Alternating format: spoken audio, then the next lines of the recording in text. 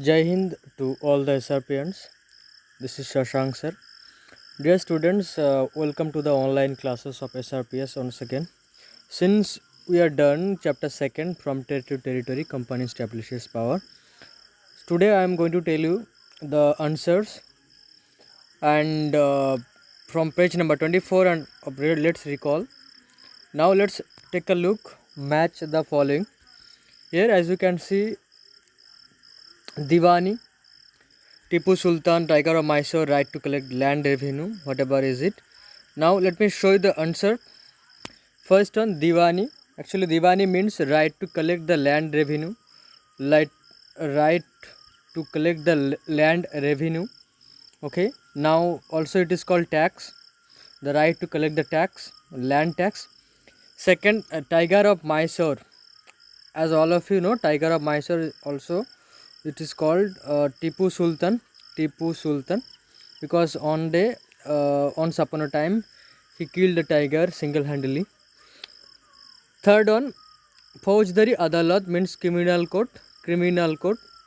Rani Channama, that means led an anti-British movement in Kittur. Sipahi means Sepoy. Next, fill in the blanks. Well, as you can see, the first question, the British conquest of Bengal began with the Battle of Plassey. Okay, Plassey. Now, Hyder Ali and Tipu Sultan are the rulers of Mysore. Mysore. This is the correct answer. Mysore. Third question, the Dalhousie implemented the doctrine of lapse. Doctrine of lapse implemented by Dalhousie. Okay.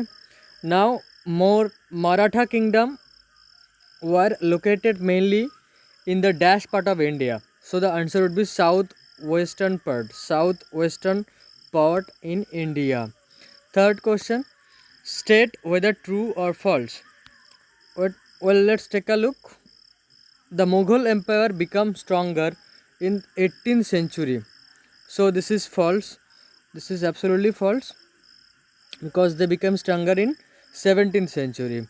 English East India Company was only European company that traded with India. That is also false, because another companies like Portuguese, Dutch all came to India to establish company.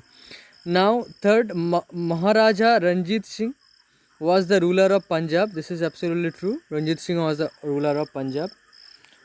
Ultimate question, the British did not introduce administrative changes in the territory they conquered. So this is false, because they introduced administrative changes like doctrine of lapse and all this. Now let's discuss the first question of question number 4. What attracted European trading companies to India? What attracted European trading companies to India? So here is the answer. European trading companies were attracted to India because of a number of reasons. First, trading with India was highly profitable and fruitful to the businessmen in Europe. So repeat, trading with India was highly profitable and fruitful. Next, European trading companies purchased goods at cheaper and sold them Europe at the higher prices. This is called mercantile business procedure. Okay, what is called mercantile business procedure, and trading companies purchase good and cheaper rate and sold them in European market at higher prices. Okay, next, the fine qualities of cotton and silk produced in India had a big market in Europe. So this is important. Cotton and silk produced in India had a big market in Europe. Next, Indian spices like pepper, cloves, cardamom and cinnamon. I showed you during the previous video that all these were great in demand in Europe market, and which is available and abundant in India and in subcontinent areas. Next question, let's take a look. Question number 5. What were the areas of conflict between Bengal Nawabs and East India Company? What are the conflicts? Well, let me show you. In 18th century, after the death of Aurangzeb, the Bengal Nawabs asserted their power and autonomy. I repeat, in 18th century, after the death of Aurangzeb, the Bengal Nawab asserted their power and autonomy. Through the 18th century, the conflicts between them and the East India Company intensified because them and East India Company that is grown a different kind of confliction. The Nawab refused to grant the company concessions, demanded large tributes, denied the right to mint coins, and stopped in front of extending its fortifications. Well, they claimed that the company was depriving the Bengal government of huge amounts of revenue and also undermining their authority by refusing to pay taxes. Writing disrespectful letters and humiliating them and their officials. All these activities were done by the British. On the other hand, the company declared that its trade was getting ruined because of just unjust demands of the local officials. It is believed that trade could not only flourish if the duties were removed. So, to expand trade, it wanted to enlarge its settlements, buy up villages, and rebuild its forts. So, these are the confliction between Bengal Nawabs and East India Company. Next, how did assumption of Diwani benefit the East India Company? How did assumption of Diwani benefit for the East India Company? As you know, Diwani right to the East India Company benefited it in several ways. The first one, the Diwani allowed the company to use the vast revenue resources of Bengal. First one, they allowed to use the vast revenue resources of Bengal. The East India Company monopolized trade and began direct plunder of India's wealth. Okay, so monopolized means engross trade and began direct plunder of India's wealth by the British. So they became the powerful. Second, revenue from India financed companies' expenses. This revenue were used to purchase cotton and silk textiles in India, maintain company's troops, and meet the cost of building of the company fort and offices at Calcutta. That is also done by the British. Now, third, company used its political power to monopolize trades. Monopolize means engross their business. The powerful businessmen or business companies. The company used its political power to monopolize trade and dictate terms. Terms mean terms and conditions. Their rules. They could impose their own prices that had no relation to the cost of the production. The company used revenue of Bengal to finance exports of Indian goods. So this is the ultimate point. Read and learn it carefully. Seventh, explain the system of subsidiary alliance. What is subsidiary alliance? Well, let me explain it. After the Battle of Plassey in 1757, the Battle of Buxar in 1764, and the gaining the Diwani of Bengal, the company began to expand its rule in many parts of India. And now, for that, it had devised several plans. One among them was subsidiary alliance according to the terms of this alliance. First one, this is the number one, Indian rulers. This is the number one. Indian rulers were not allowed to have their independent armed forces. Second, they were to be protected by the company but pay for the subsidiary forces that the company was supposed to maintain for the purpose of their protection.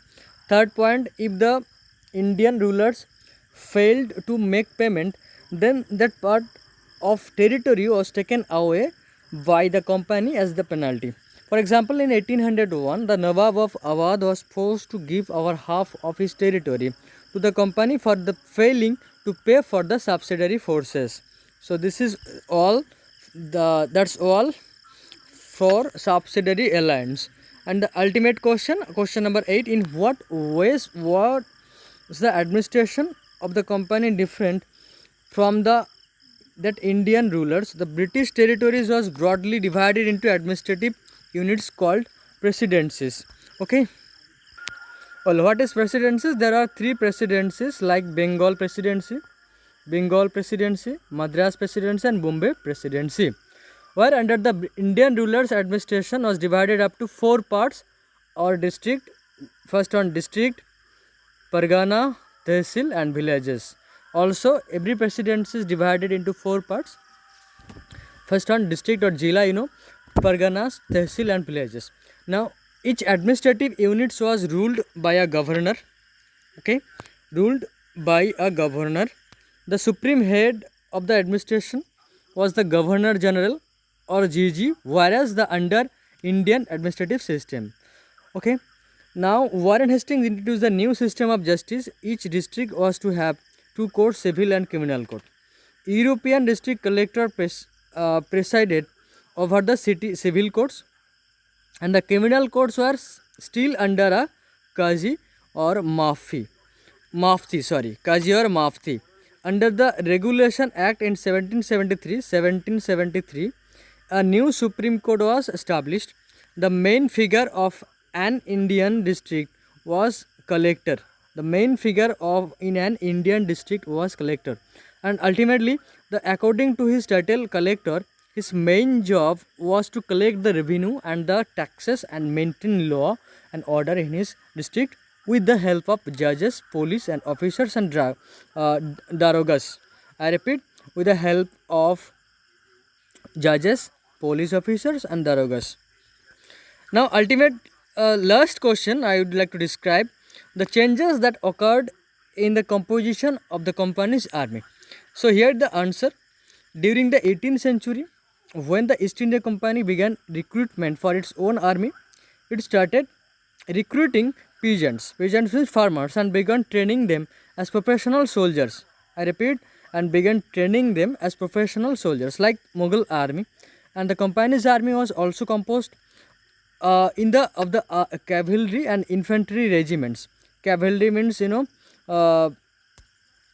the infantry regiments means young, and here cavalry means the army of horses or horses army, infantry and the infantry regiments, with the cavalry dominating army. However, as warfare technology changed during this 19th century, and cavalry requirements of the company's army declined, as the soldiers had to be armed with the muskets and machetes. In the infantry regiments became more important.